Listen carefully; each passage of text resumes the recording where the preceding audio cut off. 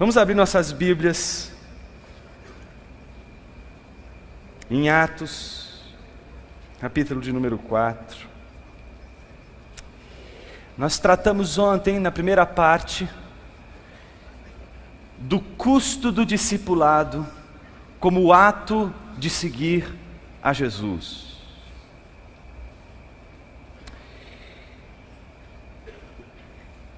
Hoje nós vamos continuar trabalhando a ideia do custo do discipulado, entendendo o discipulado como o ato de ensinar pessoas a seguirem a Jesus. E a tese que anunciamos ontem é a de que o ato de ensinar pessoas a seguirem a Jesus pressupõe tudo aquilo que a gente trabalhou na segunda parte da reflexão de ontem, que é o ato de seguir a Jesus. E que se falta o ato de seguir a Jesus naquele que pretende ensinar pessoas a seguirem a Jesus, o que ele vai ensinar às pessoas é tudo, menos ensiná-las a seguir a Jesus. Ele vai ensinar, ou ela vai ensinar pessoas a seguirem a Jesus segundo os seus termos. O desafio de hoje é a gente entender o que é ensinar pessoas a seguirem a Jesus segundo os termos de Jesus, segundo o custo que Jesus exige do discipulado como o ato de segui-lo. A ideia hoje não é analisar esse texto de Atos, capítulo 4, detidamente, versículo 1 ao versículo 22, mesmo porque existem inúmeras informações interessantíssimas nesse texto. Mas eu vou colher desse texto algumas teses importantes que fundamentam, primeiro, a distinção entre ensinar pessoas a seguir a Jesus e seguir a Jesus. E segundo, de que ensinar pessoas a seguir a Jesus também tem um custo. Não nos livramos do custo do discipulado, nem para seguir a Jesus, muito menos para ensinar pessoas a seguirem a Jesus. Entretanto, eu quero apresentar nessa manhã 3 evidências que confirmam a consciência do discípulo de Jesus acerca do custo que envolve ensinar pessoas a seguirem a Jesus. O que evidencia em você, em mim, as marcas que mostram e que revelam que eu e você estamos conscientes do custo que nos é exigido ao ensinarmos pessoas, ao ensinarmos o Evangelho. Sem demora, eu gostaria de ler com vocês esse texto de Atos, capítulo 4, do versículo 1 ao versículo 22. Enquanto Pedro e João falavam ao povo, chegaram os sacerdotes, o capitão da guarda do templo e os saduceus. Eles estavam muito preocupados porque os apóstolos estavam ensinando o povo e proclamando em Jesus a ressurreição dos mortos. Agarraram Pedro e João e, como já estava anoitecendo, os colocaram na prisão até o dia seguinte. Mas muitos dos que tinham ouvido a mensagem creram, chegando o número dos homens que creram a perto de 5.000. No dia seguinte, as autoridades, os líderes religiosos e os mestres da lei reuniram-se em Jerusalém. Estavam ali Anás, o sumo sacerdote, bem como Caifás, João, Alexandre e todos os que eram da família do sumo sacerdote. Mandaram trazer Pedro e João diante deles e começaram a interrogá-los. Com que poder ou em nome de quem vocês fizeram isso? Então, Pedro, cheio do Espírito Santo, disse-lhes: autoridades e líderes do povo, visto que hoje somos chamados para prestar contas de um ato de bondade em favor de um aleijado, sendo interrogados acerca de como ele foi curado, saibam os senhores e todo o povo de Israel, que por meio do nome de Jesus Cristo, o Nazareno, a quem os senhores crucificaram, mas a quem Deus ressuscitou dos mortos, este homem está aí curado diante dos senhores. Este Jesus é a pedra que vocês, construtores, rejeitaram e que se tornou a pedra angular. Não há salvação em nenhum outro, pois debaixo do céu não há nenhum outro nome dado aos homens pelo qual devamos ser salvos. Vendo a coragem de Pedro e de João, e percebendo que eram homens comuns e sem instrução, ficaram admirados e reconheceram que eles haviam estado com Jesus. E como podiam ver ali, com eles, o homem que fora curado, nada podiam dizer contra eles. Assim, ordenaram que se retirassem do sinédrio, e começaram a discutir, perguntando: que faremos com esses homens? Todos os que moram em Jerusalém sabem que eles realizaram um milagre notório que não podemos negar. Todavia, para impedir que isso espalhe ainda mais entre o povo, precisamos adverti-los de que não falem com mais ninguém sobre esse nome. Então, chamando-os novamente, ordenaram-lhes que não falassem nem ensinassem em nome de Jesus. Mas Pedro e João responderam: julguem os senhores mesmos, se é justo aos olhos de Deus obedecer aos senhores e não a Deus. Pois não podemos deixar de falar do que vimos e ouvimos. Depois de mais ameaças, eles os deixaram ir. Não tinham como castigá-los, porque todo o povo estava louvando a Deus pelo que acontecera. Pois o homem que fora curado milagrosamente tinha mais de 40 anos de idade. Vamos orar, meus irmãos. Pai querido, mais uma vez rogamos que o Senhor nos ajude a meditar na Tua palavra com todo o cuidado que é requerido. E por isso contamos com a graça do Teu Santo Espírito, que ilumina a nossa mente para entendermos não aquilo que queremos entender, mas para entendermos aquilo que o Senhor quer que entendamos. Ajude-nos a aceitar o desafio de hoje, não tentar entender esse texto como a gente gostaria, mas de entender esse texto segundo os termos, segundo as condições que o próprio texto impõe. E que a gente possa simplesmente se curvar diante da Tua palavra, diante do Teu senhorio e Te obedecer, seguindo os Teus passos, Te imitando. Assim nós oramos em Teu nome, Jesus. Amém.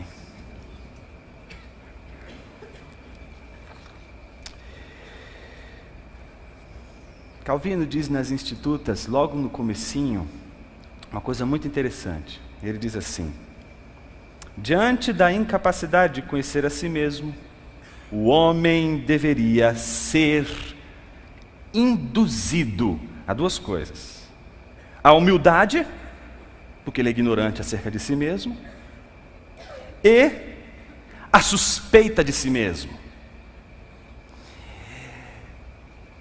A humildade, porque diante de Deus não podemos dizer que somos profundos conhecedores de nós mesmos. Diante de Deus, temos que reconhecer que Ele sabe muito mais de nós mesmos do que nós mesmos sabemos sobre nós mesmos. Mas não só isso. Pelo fato de estarmos diante de Deus e de Ele conhecer muito mais a nós do que nós mesmos, deveríamos suspeitar das interpretações que fazemos de nós mesmos. Deveríamos repensar quem nós somos a partir da opinião que criamos acerca de quem nós somos. Ou seja, deveríamos desconfiar das imagens que construímos de nós mesmos. Isso nos leva à experiência que eu acredito ser uma experiência clara na vida de Pedro, que acompanha Jesus, que segue a Jesus, que sabe da oposição que Jesus sofreu, sabe das dificuldades todas que Jesus enfrenta por conta do ensino, até o ponto de perceber que todo o trajeto de Jesus conduz a uma situação limite, onde a oposição é tão grande que ela vai terminar com o sacrifício de Jesus. Ela vai terminar com o sangue. E é interessante, e eu gostaria que antes de a gente entrar propriamente dito nesse texto, lembrássemos daquele episódio registrado em Mateus, capítulo 26, quando Jesus olha para os discípulos, e entre eles está Pedro, e ele diz: ainda essa noite, todos vocês me abandonarão. Mas a gente tem que lembrar da reação de Pedro. Ele não resistiu e resolveu responder ao mestre, não é? Com toda aquela sabedoria, inteligência, prudência e conhecimento de si que só Pedro, na verdade, teria.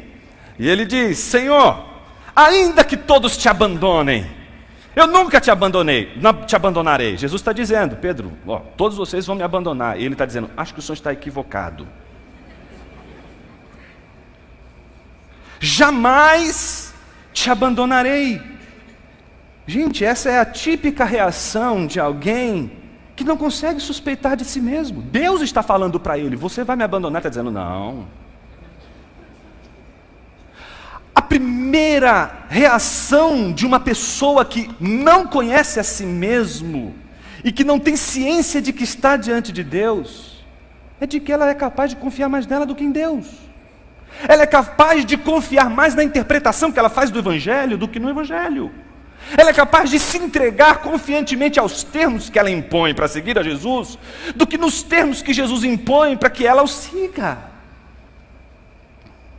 Essa é a típica reação de quem não consegue suspeitar de si mesmo e que está tão seguro de si que é capaz de duvidar de Deus. Então Jesus olha para Pedro e diz: asseguro-lhe que ainda essa noite, antes que o galo cante, 3 vezes você me negará. Ou seja, da afirmação geral, ele passa a afirmação particular. Primeiro ele diz: todos me negarão. Agora diz: você vai me negar. Ou seja, ele não está aqui no geral. Ele está dizendo: você, Pedro, você que está dizendo isso, é você que vai me negar. E Pedro, com toda inteligência, perspicácia, humildade, suspeita de si, óbvio, estou sendo irônico, ele diz: mesmo que seja preciso que eu morra contigo, nunca te negarei. A gente já sabe qual é a história. E a gente já sabe o quanto Pedro é ignorante de si mesmo. E o quanto Pedro expressa nesse diálogo com Jesus a sua falta de consciência acerca do custo do discipulado. O problema de Pedro é a falta de consciência com relação ao custo. Veja, o homem iludido na sua perspectiva de si mesmo, que não suspeita de si mesmo, ele promete coisas que ele não é capaz de cumprir. Lembra do construtor?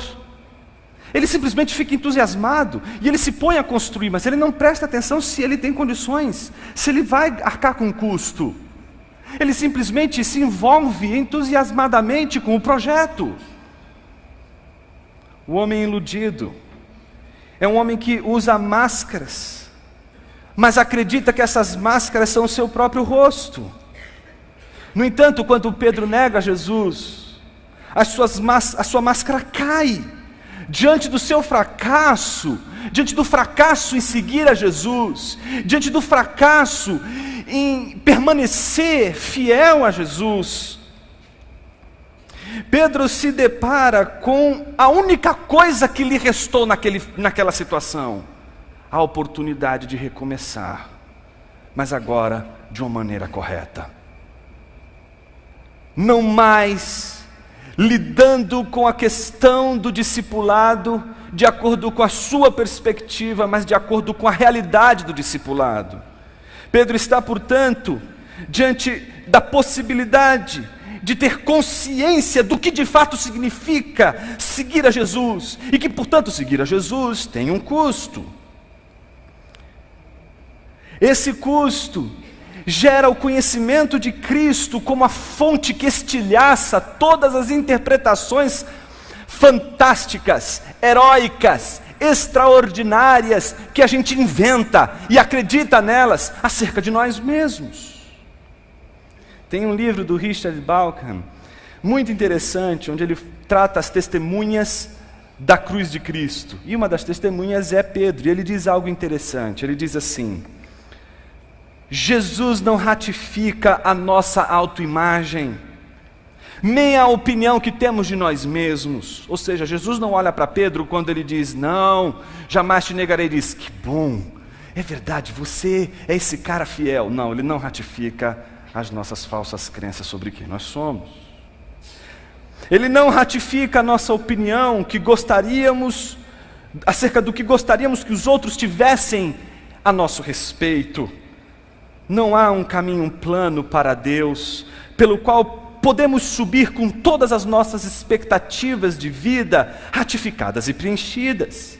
Há apenas um caminho, e esse caminho é o caminho da cruz, onde o Jesus condenado e crucificado contradiz nossas expectativas, nos obriga a nos enxergarmos como realmente somos, não como gostaríamos de ser vistos, e revela ao mundo como uma paisagem estranha e diferente, que ainda não tínhamos observado, um jogo paradoxal, no qual só vencem os perdedores. É isso que Jesus está ensinando a Pedro, é isso que Jesus ensina no discipulado, é isso que Jesus ensina o tempo todo à igreja, de que está exatamente no ato de perder a vantagem do cristão.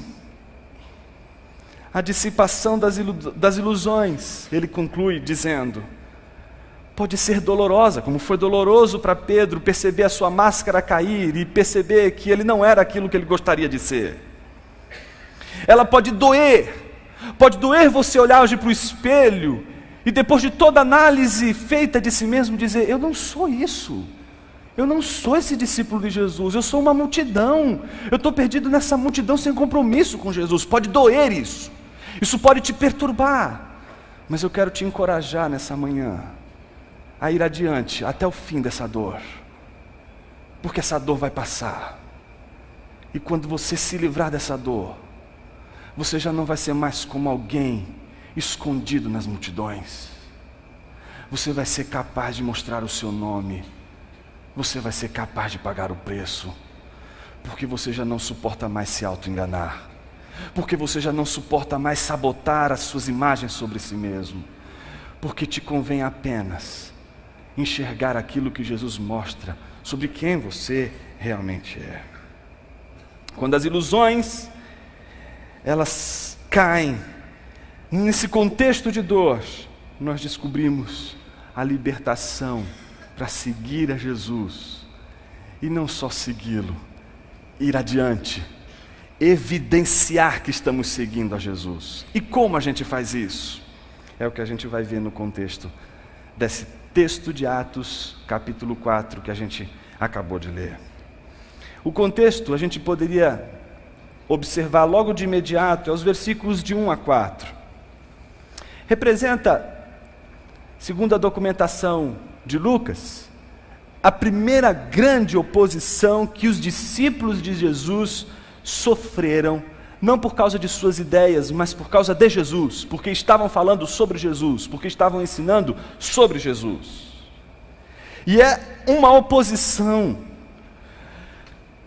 curiosa, porque ela é a oposição dos mesmos religiosos que rejeitaram a Jesus. E isso você vai encontrar confirmado nos versículos 1, 6 e 10. Se você olhar os versículos 1, 6 e 10 de Atos 4, você vai ver confirmada a noção de que a oposição que está sendo feita aos discípulos foi a mesma oposição feita a Jesus. Entretanto, essa oposição não era mais contra a pessoa de Jesus. Esta oposição, agora ela surge, sobretudo porque eles estavam ensinando o povo sobre Jesus. Tal como está expresso no versículo de número 2. O motivo da preocupação, da oposição, da reação negativa dos membros da liderança de Jerusalém, religiosa de Jerusalém, ela é fruto exatamente do ensino dos discípulos de Jesus, de Pedro e João. É interessante porque a coisa piora, o cenário piora quando a gente percebe que essa oposição, ela é feita não só porque eles estão ensinando, mas existe uma outra situação que gera essa reação tão bruta, essa reação tão enérgica e tão imediata. É um milagre. Aquele aleijado que é curado se torna um sinal. Mas preste atenção, eu preciso que você perceba isso, isso é importantíssimo. Este sinal não aparece aqui para dizer que Deus faz milagres. Todos eles sabem disso. Este sinal não é dado para que o povo creia que Deus existe e faz milagres. Este sinal é claramente dado para comprovar que Jesus havia ressuscitado, porque o fundamento da pregação dos apóstolos, ou da pregação apostólica, é Jesus e a ressurreição. Isso acontece na pregação de Pedro, que toma a primeira parte de Atos, e isso está presente também na pregação de Paulo, na segunda parte de Atos. Ambos mostram que a pregação apostólica está fundamentada em Jesus Cristo e na ressurreição. Aquele milagre, portanto, está fundamentando a ressurreição, dizendo, portanto, que Jesus está vivo.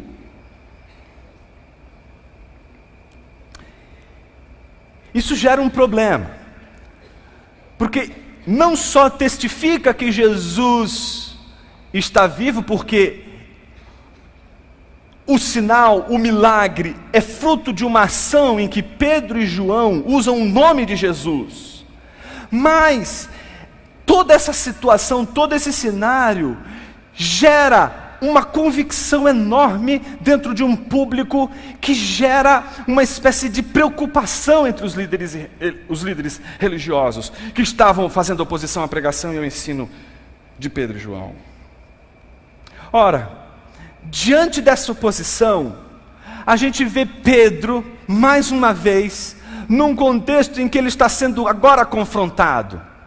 Essa não foi a primeira vez. A gente já sabe que ele já tinha sido confrontado por conta de seu comprometimento com Jesus. Mas ao mesmo tempo a gente viu que diante do custo, Pedro vacilou. Agora ele está diante novamente de uma oposição. E ele está diante agora de um contexto em que não é só pelo fato de ele ser associado a Jesus que ele tem que pagar um custo. Agora ele está sendo associado ao fato de que ele ensina, propaga, ele ensina as pessoas acerca de Jesus e da ressurreição, e isso também terá um custo. Como Pedro vai reagir com isso? Como Pedro vai reagir com relação a essa nova situação? O interessante que eu quero mostrar nessa manhã é de que Pedro apresenta no seu discurso, na sua reação à oposição, evidências de que agora ele está consciente do custo, não só de seguir a Jesus, mas de que também tem um custo de ensinar sobre Jesus, e ele está disposto a pagar esse custo. E quais são os sinais, quais são as evidências? Primeiro, do versículo 5 ao versículo 12, nós vemos Pedro sendo interrogado pelos líderes religiosos. E o que a gente vê em primeiro lugar? Fidelidade. Essa é a primeira evidência. A primeira evidência que faz com que a gente perceba que alguém chegou à consciência do custo que é exigido para quem ensina pessoas a seguirem a Jesus. Esta evidência é a fidelidade. Mas que tipo de fidelidade? Como expressar a fidelidade a Jesus? Não existe outra maneira de um discípulo expressar fidelidade a Jesus, se não for pela fidelidade ao ensino do Evangelho. A tua fidelidade a Jesus não será evidenciada pela sua carinha de crente. Ela será evidenciada pela tua fidelidade em ensinar o Evangelho todo, não apenas uma parte, não apenas o trecho que seria interessante para um público, mas a capacidade de ser fiel em ensinar o Evangelho todo. Veja que coisa interessante. A fidelidade, ela é um sinal de que Pedro estava consciente a respeito do custo que lhe era exigido por estar ensinando pessoas a seguirem a Jesus. Isso se mostra pelo fato de ele não editar a mensagem. Se você prestar atenção depois detidamente nesses versículos, do 5 ao 12, você vai perceber que ele repete exatamente o discurso pelo qual ele está sendo interrogado. Aquilo que ele havia dito para as multidões e que fez as multidões seguirem a Jesus e crerem, é agora aquilo que ele está dizendo para os principais líderes religiosos. Ou seja, ele não está mudando o discurso porque ele está diante da oposição. Ele não está mudando alguma coisa no evangelho porque agora ele está diante de pessoas que estão fazendo cara feia para ele. Ele não está alterando, não está modificando, não está adulterando a mensagem do evangelho. E isso se mostra de duas maneiras.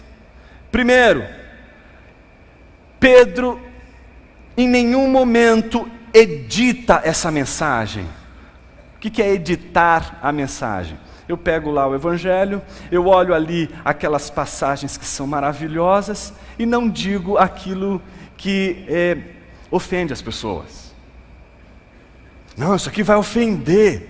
Se eu disser que ele é um pecador, hoje eu não posso falar um negócio desse na universidade. Imagina falar sobre pecado na universidade.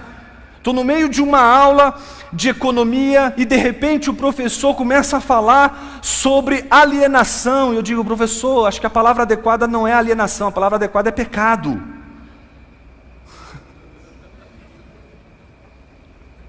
Eu acho que existe uma palavra melhor para explicar o porquê as pessoas, o senhor está descrevendo como alienadas, e eu acho que a palavra melhor é pecado, e deixe-me dizer o porquê. Não, mas a gente tem dificuldade. Porque se a gente tocar em alguns termos que constituem o fundamento do evangelho, talvez eles agridam, e por medo não só de agredir, por medo das consequências. Você agora está no mestrado, você agora está com o seu doutorado, por que você vai falar sobre pecado e comprometer a sua reputação num contexto tão hostil? É melhor então você editar. Ou então imagine você uma outra situação em que você está diante de um amigo, de um parente que você ama. Imagina uma pessoa que você ama. E você está diante da oportunidade de pregar o evangelho, mas você sabe, porque você ouviu várias vezes essa pessoa te dizer: olha, esse negócio de pecado, isso é uma coisa que não faz sentido, Freud tem razão, isso é neurose. E aí você diz, não, agora eu tenho que falar o que o evangelho diz. Mas a gente às vezes capitula. E por que a gente capitula? Não por causa de uma estratégia de ensino do evangelho. O que talvez fosse até admissível, se fosse uma estratégia. Mas o problema é quando a gente adultera ou edita o evangelho, porque ele vai ofender. E a sua ofensa, não é só ofensa, a sua ofensa vai gerar um custo. Nossa reputação.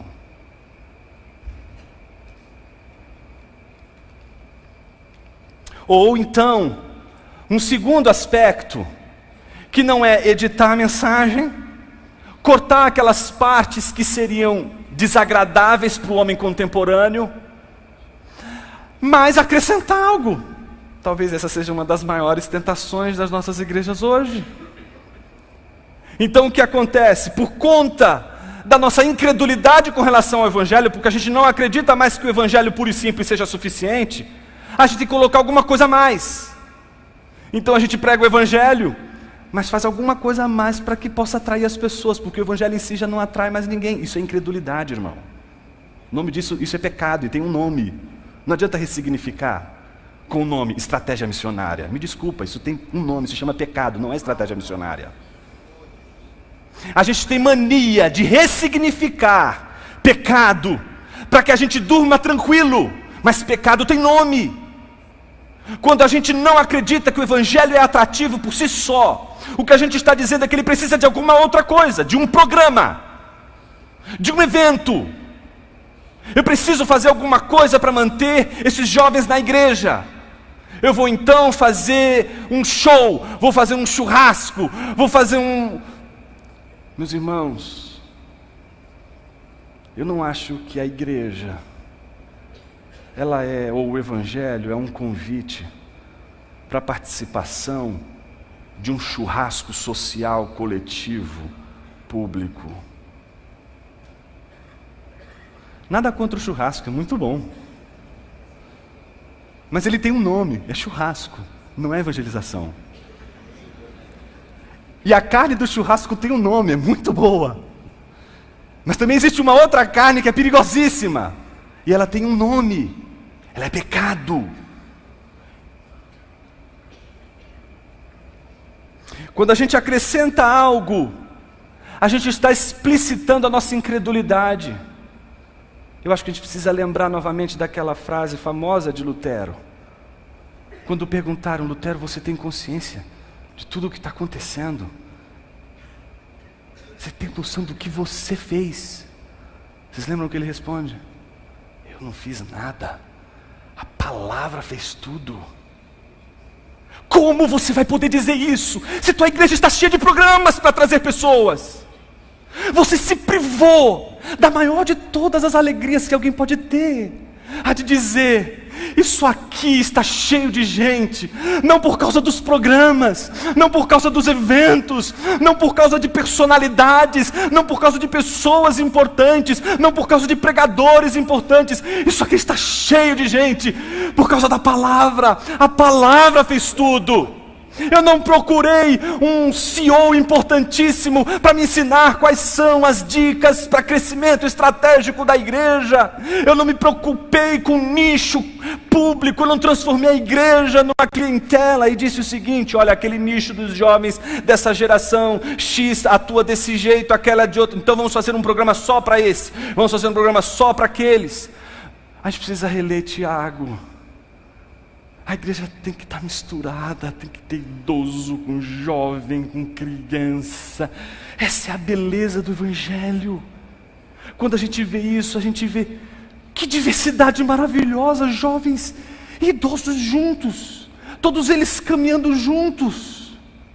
Um jovem que chegou agora e que se converteu, agora pode encontrar um empresário na igreja, por exemplo, que estudou, que fez a mesma universidade, a mesma faculdade que ele está agora começando. E eles agora podem se encontrar e estudar a Bíblia juntos. Mas isso só quem faz é a palavra. Quando a palavra não está mais sendo foco para unir pessoas, a gente procura programas. E quando existem os programas é porque a gente já não acredita que a palavra une os diversos, os distintos, os diferentes. E aí a gente procura juntar os iguais, a partir de perspectivas iguais, a partir de projetos e perspectivas que vão mostrar um só caminho. São igrejas que são monotônicas, elas têm um só tom, elas não conseguem abarcar toda a diversidade e, portanto, não conseguem reverberar a beleza do corpo de Cristo, que é a diversidade. Mas essa diversidade, unida em Jesus Cristo, você só vai provar se a palavra fizer tudo. Então a gente tem que cuidar da nossa incredulidade. Segunda evidência, dos versículos 13 ao 17. A gente vê uma situação bem interessante. Os líderes, depois da pregação de Pedro, repetida, e eles não têm problema nenhum com repetir o mesmo evangelho, a gente tem um problema com a repetição, a gente quer sempre algo novo, né? Tem que ter sempre algo novo.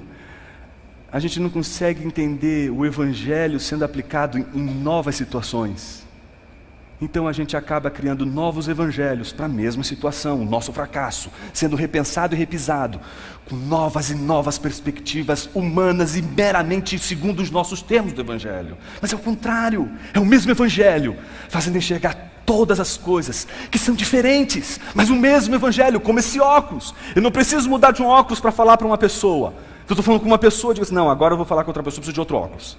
Não, eu uso o mesmo óculos, é o mesmo evangelho para ver tudo, é o mesmo evangelho para falar com todos, é o mesmo evangelho para lidar com todas as circunstâncias. O evangelho é o mesmo, as pessoas são diferentes, os universos são diferentes, mas o evangelho é o mesmo.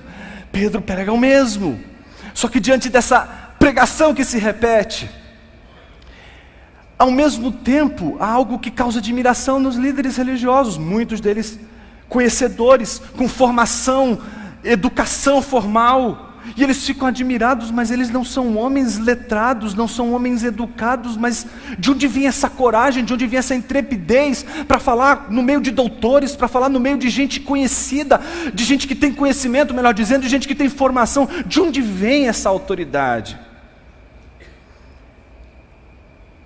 Essa autoridade vem da coragem de dar aos tolos, e não só aos sábios, mas de dar aos tolos a razão da esperança. Mark Twain tem uma frase que eu gosto muito. Ele diz o seguinte: nunca discuta com um tolo, pode ser que não reconheçam a diferença.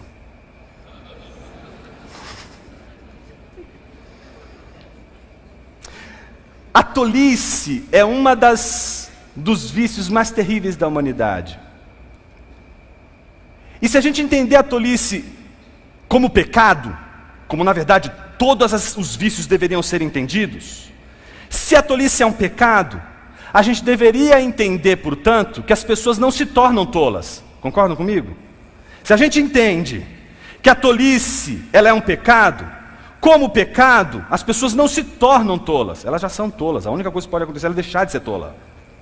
Ou seja, todos são tolos. Todos são pecadores. A pergunta-chave é: como você deixa de ser tolo? Quando é que a gente deixa de ser tolo? Portanto, tolo não tem a ver com pessoas que não têm formação e nem educação.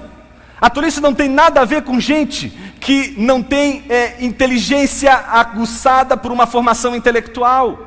Aliás, é o contrário, existem muitos intelectuais que são tão tolos. Por exemplo, na história a gente tem o famoso filósofo contemporâneo Martin Heidegger, celebrado pelos seus livros, pela sua lógica, pela sua filosofia, incrível, inteligentíssimo, mas se associou ao Partido Nacional Socialista e fez propaganda nazista. É possível ser intelectual e ao mesmo tempo tolo.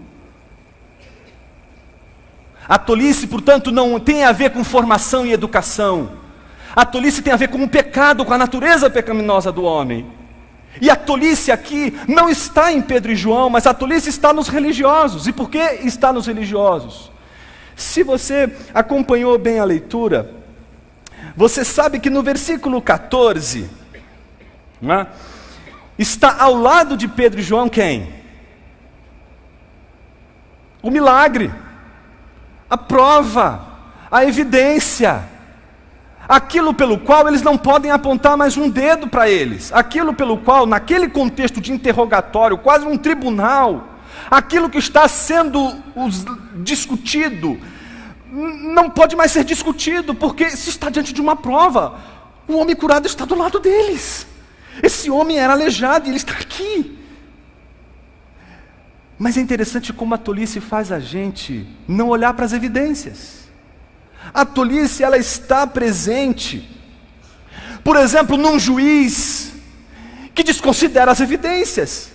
Não é possível você permanecer em sã consciência, com sabedoria e desprezar as evidências, a menos que você seja tolo o suficiente para dizer: isto aqui não existe, quando a coisa existe. Por exemplo, os argumentos que talvez a maior parte dos políticos usem. Não é? O tipo argumento que diz: eu não estou aqui. Entendeu qual é a contradição? Eu estou aqui, mas estou dizendo: não, eu não estou aqui, eu não fiz isso, não é? Não tenho conta nenhuma no exterior, não, esse dinheiro não é meu. E está lá, anota lá, dizendo, a prova cabal. Não, está aqui sua assinatura. Não, não é minha. Está aqui a foto. Não, não sou eu. Mas esse aqui, aí apontam para você: é você? Não, não sou eu. Você entende o que é tolice? Tolice é quando você está diante de algo tão óbvio que você não acredita. O evangelho é tão óbvio que de tão óbvio os tolos não acreditam. Não é porque falta evidência, não é porque falta clareza, é porque falta em nós libertação. Mas Pedro, ele não está preocupado em libertar os tolos. A missão de Pedro não é libertar os tolos e nem converter os tolos. A missão de Pedro é uma só: ser fiel. E para ser fiel, ele tem que pregar para os tolos. E para pregar para os tolos, ele tem que ter coragem. Tem que ter coragem para falar com alguém que está diante de uma evidência e nega essa evidência o tempo todo.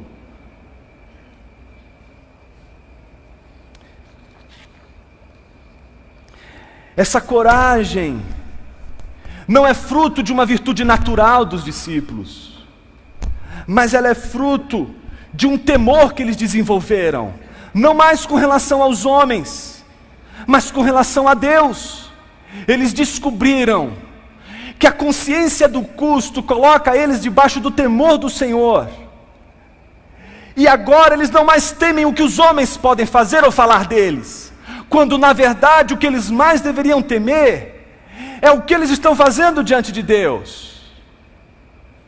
A coragem, a intrepidez que a gente precisa, ela tem uma razão de ser: o temor do Senhor. E isso fica muito claro no terceira e última evidência que você pode encontrar dos versículos 18 ao 22, que a gente chamou de obediência.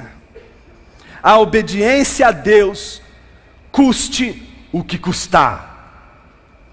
Essa obediência é a evidência nítida que, a despeito das ameaças dos líderes, eles estavam conscientes de que desobedecer a Deus também tem um custo, de que desobedecer a Deus também tem um custo. Tal obediência não é algo que os discípulos entendiam que eles precisavam fazer para conseguir alguma coisa de Jesus, ou para conseguir algum favor de Deus. Nos versículos 19 e 20 eles dizem: julguem os senhores mesmos se é justo aos olhos de Deus. Olha o temor do Senhor. Eles estão preocupados não é com os homens, não é o temor dos homens, é o temor de Deus que deve conduzir seu ministério, meu irmão. É o temor do Senhor que deve conduzir seu ministério, minha irmã. Quando você educa um filho, e a Bíblia diz que não é tarefa da escola bíblica dominical da sua igreja ensinar os seus filhos no caminho que eles devem andar. Na tua Bíblia não diz isso. Escola bíblica dominical ensina ao teu filho. Não, o que ela diz é o pai e a mãe. O ensino do Evangelho, ele precisa ser acompanhado do temor do Senhor. E quando ele é acompanhado do temor do Senhor, a gente não maquia o Evangelho para os nossos filhos. E eles são capazes de crescer, vendo o que o Evangelho é de fato.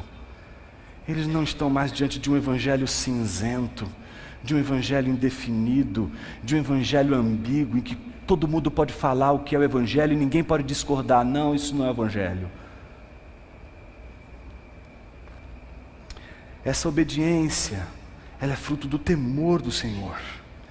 Eles dizem: é justo aos olhos de Deus obedecer aos senhores e não a Deus, pois não podemos deixar de falar do que vimos e ouvimos. O comprometimento é com Deus. E a pergunta é: por quê? Porque eles querem ganhar alguma coisa de Deus? Não. Pedro já sabe que tudo que ele precisava ganhar, ele já ganhou. Por isso, quando ele olha para a família dele, ele não diz: é minha família. Não é meu. Isso não é meu. Isso é dádiva. Ele olha para os seus bens, para os bens materiais que ele tem, e ele não consegue mais dizer: é meu. Tudo pertence a Deus. E essa é a diferença entre o discípulo de Jesus e um materialista filosófico, um ateu. No final do dia, um ateu não tem a quem agradecer. Mas no final do dia, você descobre a maior de todas as verdades. E aí entra num processo de desilusão, ao descobrir a maior de todas as verdades, que tudo pertence a Ele. Tudo é para Ele. Tudo que você tem não lhe pertence, pertence a Ele. Você é um peregrino, aliás, você é dele. Por isso, o que a gente mais expressa num discipulado que tem a consciência do custo é gratidão. Não é a busca de um merecimento, de um favor, mas é gratidão. Nesse sentido, a nossa oração seria: obrigado pelo preço que o Senhor pagou, pelo custo tão elevado que o Senhor pagou. Obrigado porque o Senhor arcou com a dívida para me salvar. Obrigado pela tua fidelidade com relação aos propósitos do Pai. Obrigado pela tua coragem de deixar o Pai e se tornar homem como um de nós. Obrigado pela sua obediência até a morte, e morte de cruz. Isso é imitação de Cristo, ser fiel ao Pai. Ter a coragem de abandonar-se para seguir a Jesus, para obedecer ao Pai. É necessário obedecer, não para ter algo do Pai, não para arrancar um sorriso de Deus. É necessário obedecer para responder ao sorriso que Ele já deu. O sorriso já foi dado, com sangue, com a morte do seu Filho. Esse sorriso é o sorriso da paz. Acabou a guerra. Não existe mais guerra entre nós. O sangue de Jesus nos uniu. É o sorriso de Deus que deve ser respondido com obediência. Eu quero te imitar, não para conseguir algo, alguma bênção que o Senhor possa me dar.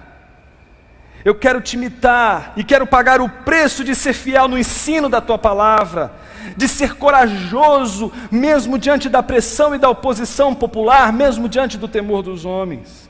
Eu quero pagar o preço de ser obediente até o fim, por um só motivo: gratidão. Discipulado, então, não é um meio de salvar você. Não há redenção no discipulado. O discipulado não redime você. O discipulado é o contrário.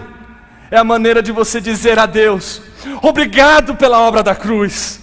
Obrigado pela salvação, obrigado pela redenção. E aí o discipulado já não precisa mais ser outra coisa que precisa demandar um esforço de a gente colocar na nossa agenda. Não, o discipulado já se torna a nossa vida. Transpiramos o discipulado, vivemos o discipulado, já faz parte da nossa vida.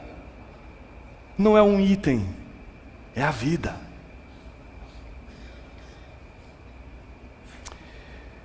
Para terminar, eu gostaria de comparar o discipulado com a rosa.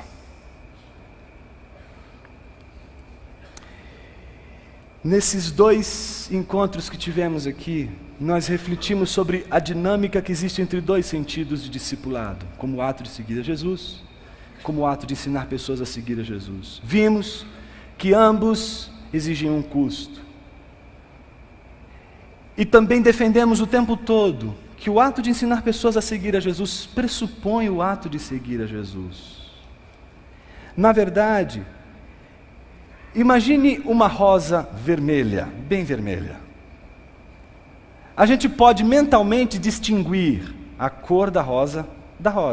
Por isso que existe rosa branca, rosa vermelha, rosa de outras cores. Porque você sabe o que é uma rosa e você sabe o que são as cores. Cores podem mudar e a rosa é a mesma. Sempre é rosa. São duas coisas que você sabe que são diferentes, mas nunca você consegue separar. Assim é o ato de seguir a Jesus e o ato de ensinar pessoas a seguirem a Jesus. São como a rosa e a cor da rosa. Assim como a cor dá o tom da rosa, o ato de seguir a Jesus deve dar o tom do teu ensino do Evangelho. Você não pode chegar numa floricultura para comprar uma rosa para sua esposa, não é? E ali quando você dá de cara está aquele vaso com rosas brancas, robustas. Puxa, essa rosa está linda, mas eu lembrei que minha esposa não gosta de rosa branca, ela só gosta de rosa vermelha. Aí você procura o cesto de rosas vermelhas, e as rosas vermelhas estão murchas. Não estão assim tão frondosas. E aí você tem que calcular o custo. E quando se trata da sua esposa, calcule bem o seu custo.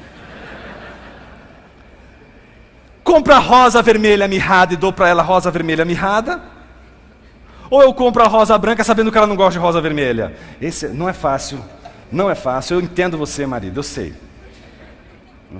Mas você precisa tomar uma decisão. E para tomar uma decisão você tem que avaliar o custo. Você não pode chegar, por exemplo, para o vendedor e falar assim: olha, eu amei essa rosa branca. Eu vou levar, mas eu quero a cor daquela rosa ali. Por favor, coloque a cor daquela rosa nessa branca, por favor. Ele vai conseguir fazer isso para você? Não, não vai. Essa mágica não é possível. Quando você escolhe a rosa branca, você também leva a sua cor. Se você escolher a multidão, seguir a Jesus com a multidão, o teu discipulado vai ter um tom. Mas se você escolher a rosa vermelha, por mais que ela não seja tão bonita e tão atrativa a você, é a rosa que ela gosta. Não é o que você gosta. Dar presente é uma coisa terrível, porque a gente quer dar para as pessoas o que a gente gosta. Você não sabe dar um bom presente enquanto você não procurar saber o que as pessoas gostam. Que adianta você dar aquele presente maravilhoso para a tua esposa? Isso acontece o tempo todo, né? Você dá aquele presente maravilhoso. É maravilhoso para você, segundo os seus termos, filhinho. Não é maravilhoso para ela. Se você quer agradar a sua esposa, você tem que dar os termos segundo os termos dela. Quais são os termos de Jesus, meu irmão? Não os teus termos. Quais os termos de Jesus? Quero encorajar você a sair daqui hoje, sabendo dos inúmeros compromissos que você tem, mas ao mesmo tempo sabendo que se você for fiel, se você tiver coragem de permanecer firme a despeito das ameaças e for obediente, você não vai precisar bater no peito e dizer: eu sou de Jesus. Os teus atos vão ser como os atos de Jesus. Você não vai precisar dizer para as pessoas: eu te amo. Os teus atos vão gritar isso, como os atos de Jesus também gritaram. Vamos orar. Senhor Jesus,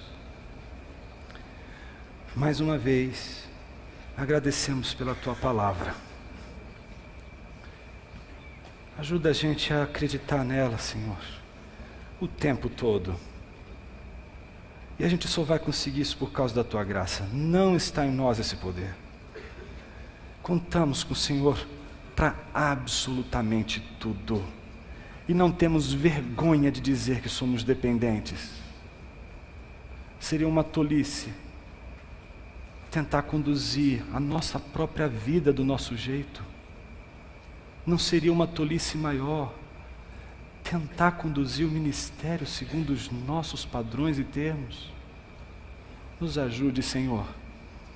Mesmo que sejamos como Pedro, que diante do custo a ser pago, nos deparemos com uma ilusão, a ilusão de que nós não temos ainda consciência do custo, mas que a gente possa, no sofrimento da descoberta disso, levantar homens e mulheres diferentes, capazes de sair do ideal para o real, capazes de sair da igreja imaginada para a igreja real, para o contexto real das pessoas e o contexto real da nossa vida.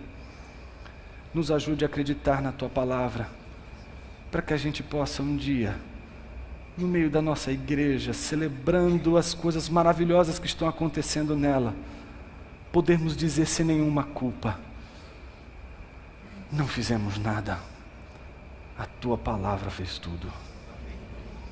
Amém.